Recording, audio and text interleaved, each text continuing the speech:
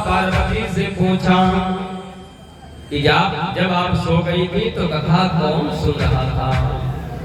मंच के पीछे जाकर के देखा तो सुख सावक कथा को श्रवण कर रहा था। भगवान भोलेनाथ नाराज हो गए।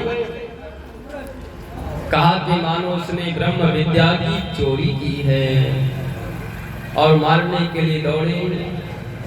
नन्हा सा तोता उड़ता हुआ तीनों त्रिलोक में भ्रमण किया, लेकिन कहीं बचने का उपाय नजर नहीं आया।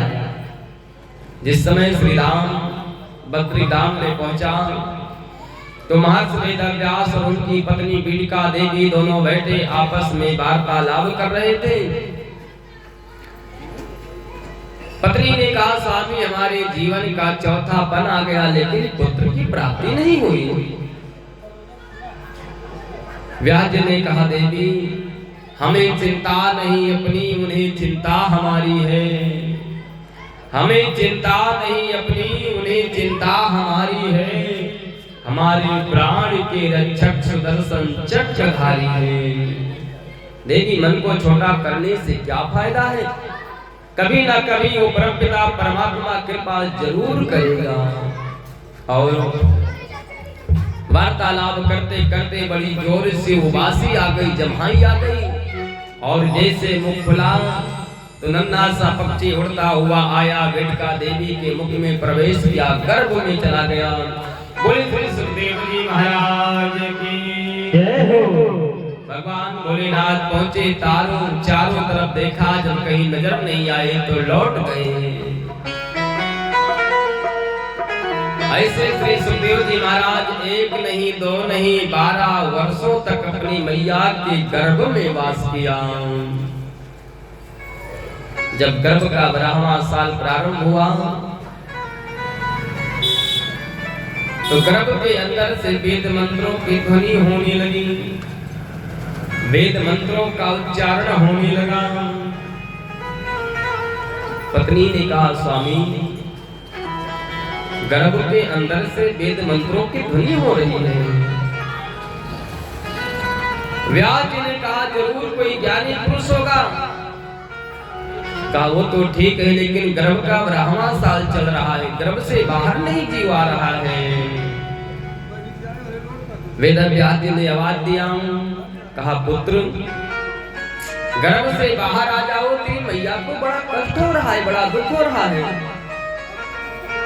सुखदेव जी ने कहा पिताजी मैं गर्भ से बाहर नहीं आऊंगा, क्योंकि आऊंगा तो माया पकड़ लेगी। क्योंकि जब हमारे घर में कोई बच्चा पैदा होता है तो क्या करके होता है।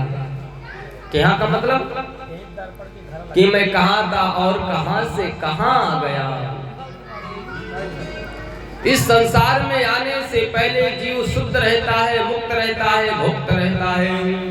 बाबा जी ने लिखा भूमि परत भाव डाबर पानी जिन जीवे मां याल पिता। भूमि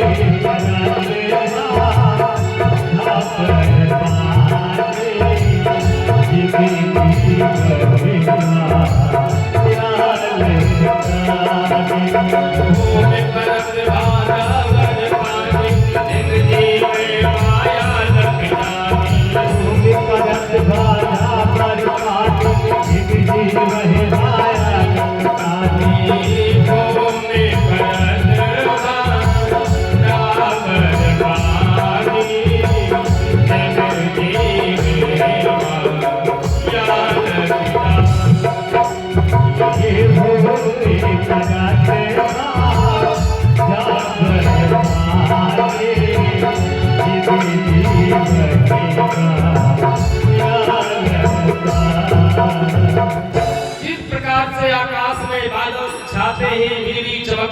बादल गरजते हैं और मूसलाधार वर्षा होना प्रारंभ हो जाती है। लेकिन जो जल की बूंदें हैं जब आकाश मार्ग से चलती हैं तो बीच रास्ते में बड़ी निर्मल रहती हैं, पीने के योग्य रहती हैं। लेकिन जब वही जल आकर के धरती पर गिरता है तो वो जल मैला हो जाता है, पीने के योग्य नहीं रहता है। क्यों? क्योंकि मिट्टी में मिल जाता है। उसी प्रकार से जब जीव गर्भ से बाहर आता है तो भगवान की माया पकड़ लेती है। सज्जनों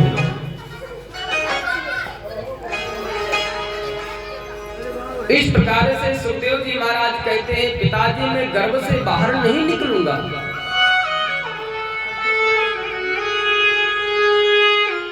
सुखदेव जी ने कहा पुत्र मेरा आशीर्वाद है, गर्भ आपके ऊपर माया का असर नहीं पड़ेगा। सुखदेव जी ने कहा पिताजी यदि भगवान आकर के कह दे तो मैं मान जाऊंगा। भगवान को आना पड़ा। भगवान ने आकर के कहा पुत्र मेरा आशीर्वाद है, गर्भ से बाहर आओ। ऐसे सुखदेव जी महाराज तब जाकर के गर्भ से बाहर निकले और जन्म लेते ही जंगल की तरफ चल पड़े।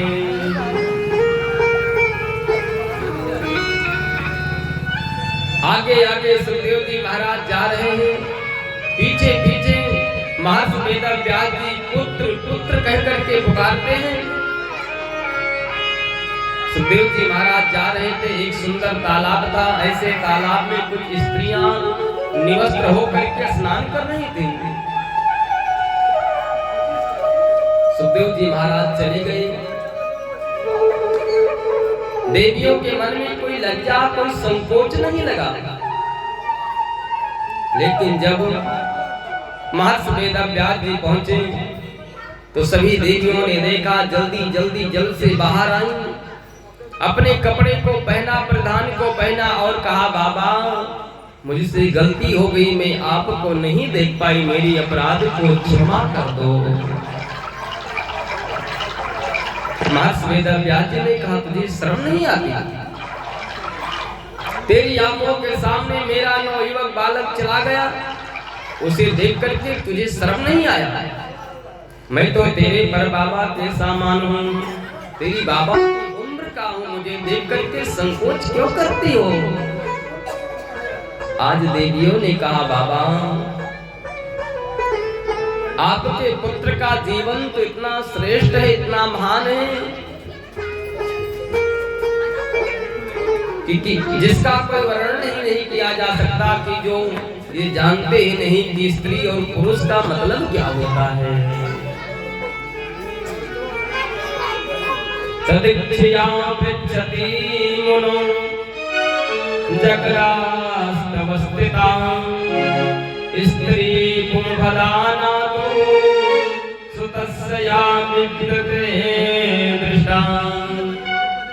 जो ये जानते ही नहीं है कि स्त्री और पुरुष का मतलब क्या होता है, लेकिन बाबा आप तो संसार में रहते हैं, संसार की मनोस्थिति को जानते हैं, सब कुछ जानते हैं, इसलिए आपको देख करके मन में शंका होती है, लज्जा लगती है। ऐसे सुखदेव जी महाराज को वापस नहीं ला पाए। यम प्रजन्तमनपेतमपेत कृत्यम द्वैपायनो विरह कातुर आजुहावं पुत्रेति तन्मयतया तरमोभिनेदु हृदयं मुनिमानतोऽस्मि। आज पुत्र पुत्र कह करके पुकारते हैं, अपने पुत्र के विरह में पागल हैं। जब पुत्र कहकर के पुकारते हैं तो वृक्षों से आवाज मिलता है कि शायद वृक्ष ही बताना चाहते हैं बाबा जो आज तेरा पुत्र बन करके आया है ना, अगले जन्म में तेरा पिता रहा होगा। यह स्वानुभावान् किल श्रुतिसारमेकं मध्यात्मदीपमधृतां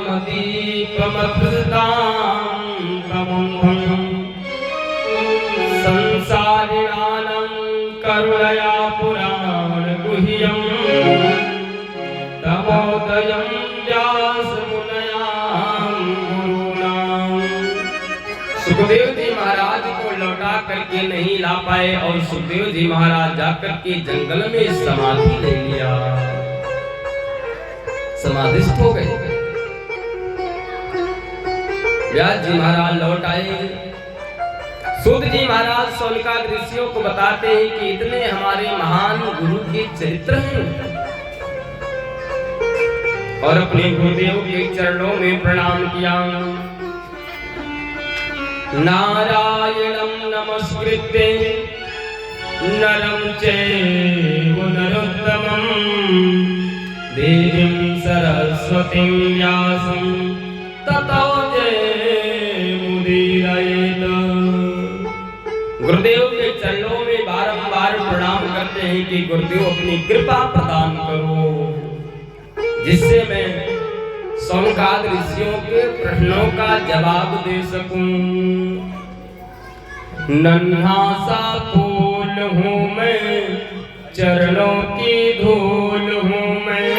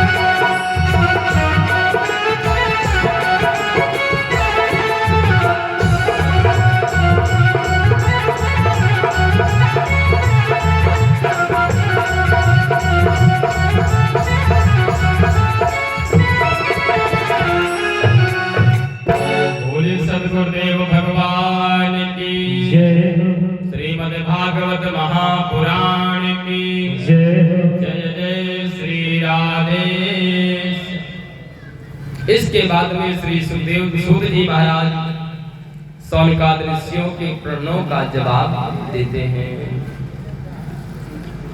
सावे पुंसा परो धर्मो यथा भक्ति रथोक्षजे अहेतु गया प्रत्यतायाया आत्मा संप्रसीदते। सूत जी महाराज शौनकादि ऋषियों को बताते हैं, कहा राजन, मानव का परम धर्म क्या है कि मानव को जीवन में क्या करना चाहिए। मानव को भगवान के चरणों में निष्काम प्रीति करना चाहिए, निष्कपट भक्ति करना चाहिए। वासुदेव भगवती भक्ति योगः प्रयोजितः जनत्यासु वैराग्यम ज्ञानम चायतु हेतुकम्। निष्कपट का मतलब हुआ, निष्काम का मतलब हुआ कि भगवान को यदि हम 1 रुपया चढ़ाते हैं तो 1 रुपये के बदले में 1.25 लाख ना मांगे, क्योंकि हमारा जनमानस क्या बन गया है कि जब हम मंदिर में जाएंगे तो कोई ना कोई कामना लेकर के जाएंगे।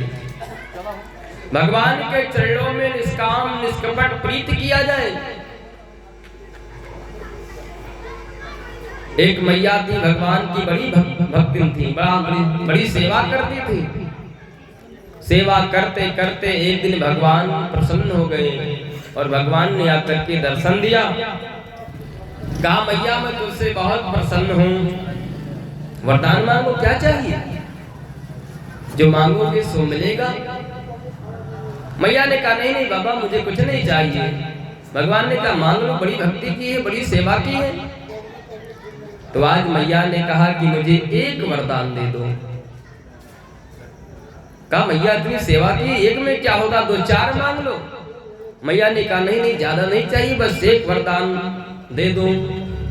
भगवान ने कहा, ठीक है, मांगो, क्या चाहिए? आज बूढ़ी मैया ने कहा, प्रभु यदि हमारी भक्ति से, हमारी भजन से आप प्रसन्न हैं तो एक वरदान ये दे दें कि अपने चौमंजल महल के आंगने में अपने परपोते को गाय के दूध में, सोने की कटोरी में दूध भात खाते ही मैं देखना चाहती हूँ। वरदान क्या मांगा? मात्र एक। लेकिन एक के साथ में कितना मांग लिया? जब व्यक्ति बहुत बड़ा होगा तभी तो 4 मंजिल का मकान तैयार होगा। संपत्ति को मांग लिया, पर पोते को आयु भी मांग लिया, साथ में गाय भी मांग लिया। अरे गाय होगी तभी तो दूध मिलेगा, है? तो ऐसा भक्ति ना हो कि हम भगवान को 1.25 रुपये चढ़ा दें तो 1.25 के बदले में 1.25 लाख मांग लें। भगवान के चरणों में जो भक्ति हो, अहेतु की अप्रतिहता, निष्काम निष्कपट, ऐसा ना हो कि हम अपना जीवन यापन करने के लिए भगवान से कुछ मांगने के लिए भक्ति करें, बल्कि हमारा धर्म है, हमारा कर्तव्य है भगवान का भजन करना, उनका चिंतन करना।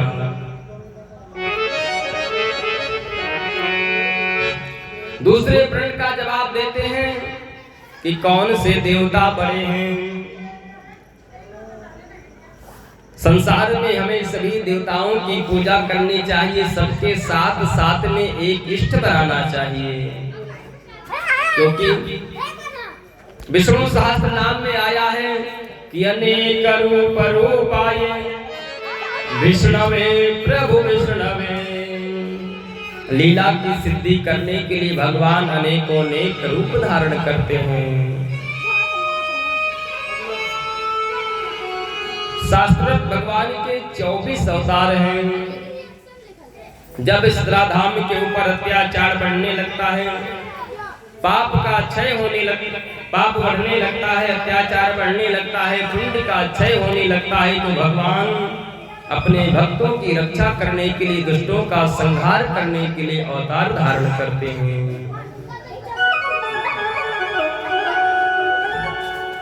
चौथे प्रश्न का जवाब देते हैं कि भगवान का जन्म कैसे होता है।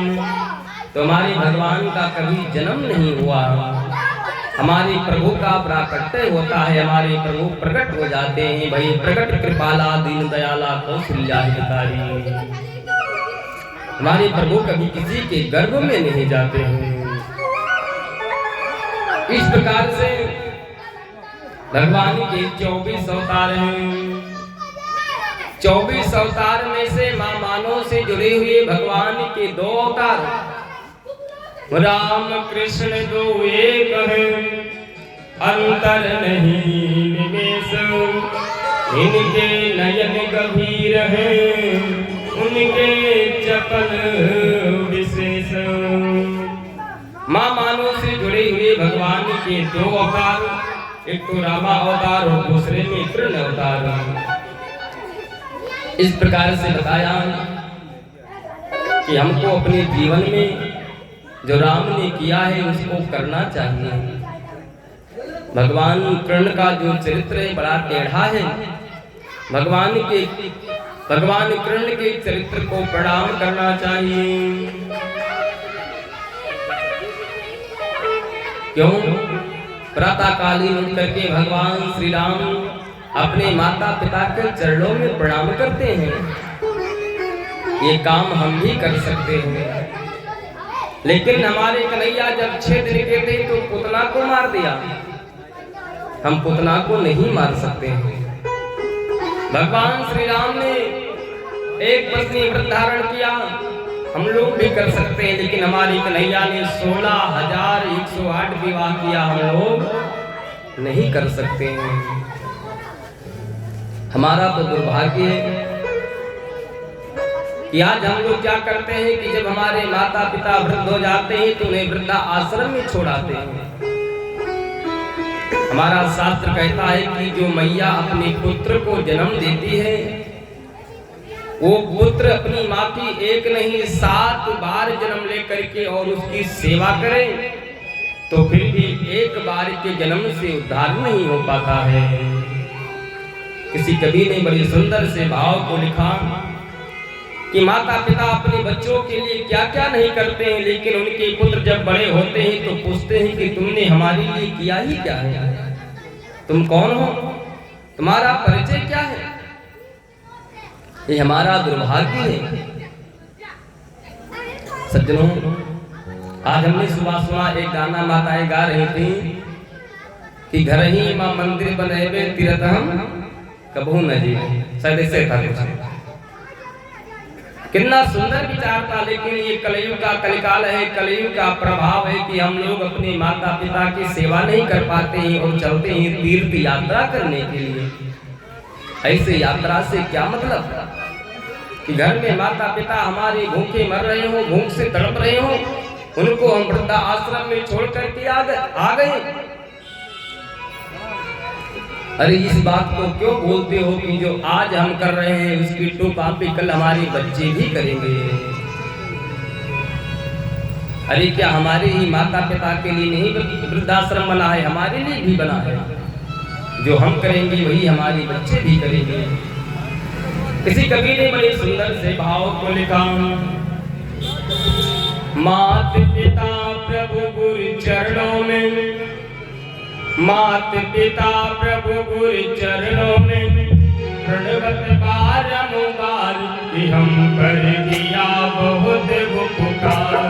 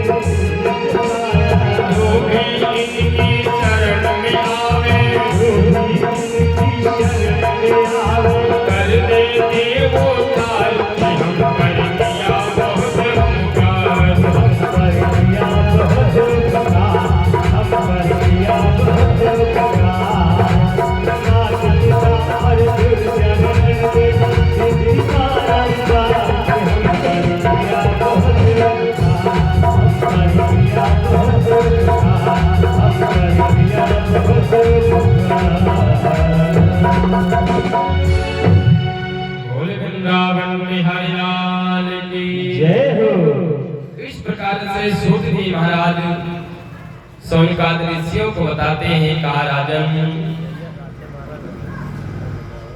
नारायण के पुत्र ब्रह्मा हुए, ब्रह्मा के पुत्र वशिष्ठ हुए, वशिष्ठ के पुत्र शक्ति हुए और शक्ति के पुत्र पाराशर हुए, पाराशर के पुत्र महर्षि वेदव्यास जी महाराज हुए, जिन्होंने भागवत का निर्माण किया।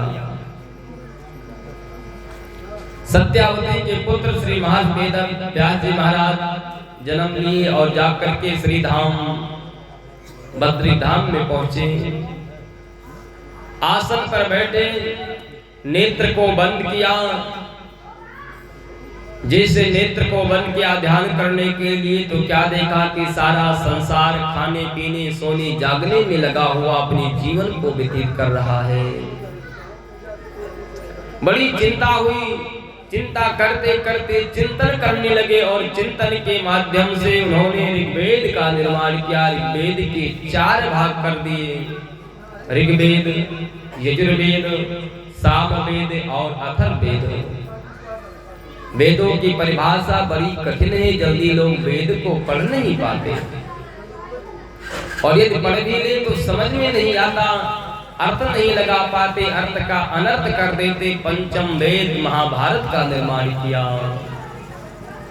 ऐसे करते करते 17 पुराणों का निर्माण किया। लेकिन 17 पुराणों का निर्माण करने के बाद भी महर्षि वेदव्यास को शांति नहीं मिली, बड़े उदास रहते, बड़े दुखी मन से अपने जीवन का यापन कर रहे हैं। एक दिन की बात है, देवर्षि नारद जी महाराज आकर के पहुंचे और कहा, क्यों व्यास जी इतने दुखी क्यों हैं, क्या कारण है? महर्षि वेदव्यास जी रोने लगे और कहा, मैंने 1 नहीं 2 नहीं 17 पुराणों का निर्माण किया। इतने सारे ग्रंथ लिखने के बाद ऐसा लगता है कि मानो संसार के लिए मैंने कुछ भी नहीं किया। देवर्षि नारद जी महाराज समझाते हैं, कहा, व्यास जी लोगों के पास में इतना समय नहीं है कि सारे पुराणों का अध्ययन किया जाए। जो भगवान के भक्त हैं उनके लिए कोई सुंदर सा सरल सा उपाय नहीं करोगे तब तक तुम्हें शांति नहीं मिलेगी। मेरी बात मानो और जो भगवान के भक्त हैं उनके लिए 18वें पुराण श्रीमद् भागवत महापुराण का निर्माण करो। महर्षि वेदव्यास जी ने कहा, मैं तो वृद्ध हो गया हूँ, मेरा चौथापन आ गया, भागवत का निर्माण करना मेरी बस की बात नहीं है। देवर्षि नारद ने कहा, मन को छोटा करने से क्या फायदा है, संतों के चरणों का आश्रय लो, तो भागवत का निर्माण करना कोई बहुत बड़ी बात नहीं है। संतों के चरणों के आशीर्वाद से, उनके प्रभाव से बड़े बड़े कार्य आसानी से हो जाते हैं। व्यास जी ने कहा नहीं हो सकता है, अब मेरा मन नहीं कहता है कि मैं कुछ करूं, क्योंकि वृद्धापन ने मुझे घेर लिया है। देवर्षि नारद ने कहा दुनिया की बात छोड़ दो, मैं अपनी बात बताता हूं। जब मेरा जन्म हुआ तो मेरी मैया अकेली थी, मैं पिता के मुख को नहीं देखा। संतों के आश्रम में मेरी मैया रहती, मेरी मैया गाय का दोहन करती, मैं ठाकुर जी की सेवा करने के लिए ठाकुर बाड़ी में जाता, वहां से पुष्प आदि तोड़ करके लाता। समय बीत रहा था, चातुर्मास का समय आया और ऐसे समय में कुछ संत लोग बाहर से सत्संग करने के लिए आए। संतों ने सत्संग के माध्यम से बताया कि संसार में किसी का कोई नहीं है। मोह निशासम सोह निहारा, देखत स्वप्न अनेक प्रकारा, ये सारा संसार स्वप्नवत है। ऐसी बात को सुनकर के मेरे अंदर वैराग्य आ गया। हमें पता चला कि कुछ दिन के बाद ये संत सभी चले जाएंगे। जाकर के संतों के चरणों में प्रणाम किया और कहा बाबा मुझे छोड़ करके मत जाना, मुझे भी अपने साथ में लेकर के चलना। जब मेरी मैया को पता चला कि मेरा पुत्र संतों के साथ में जाना चाहता है, तो संतों के पास में गई, चरणों में गिर पड़ी और रोने लगी। कहा बाबा मेरे तो एक ही पुत्र है, इसे लेकर के मत जाना।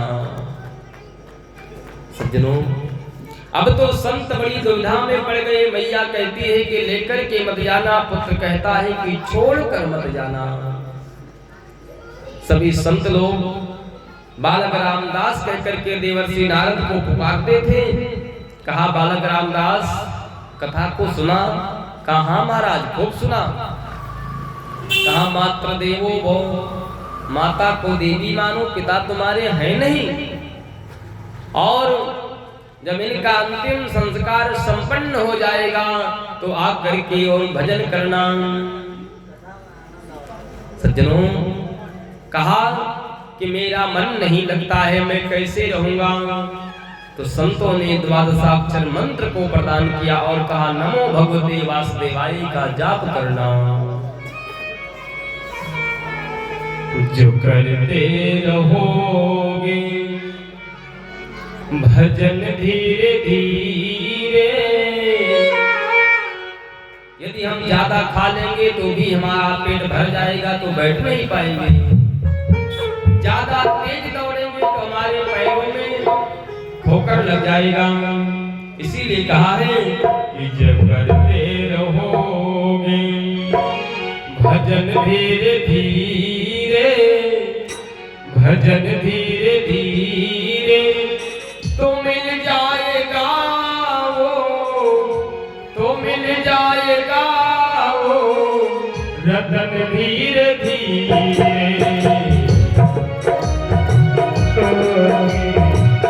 भजन धीरे धीरे, भजन धीरे धीरे, तो मिल जाएगा वो, तो मिल जाएगा वो रतन धीरे धीरे। जो करते रहोगे भजन धीरे धीरे, भजन धीरे धीरे, तो मिल जाएगा वो, तो मिल जाएगा वो सतत धीरे धीरे। जो करते रहोगे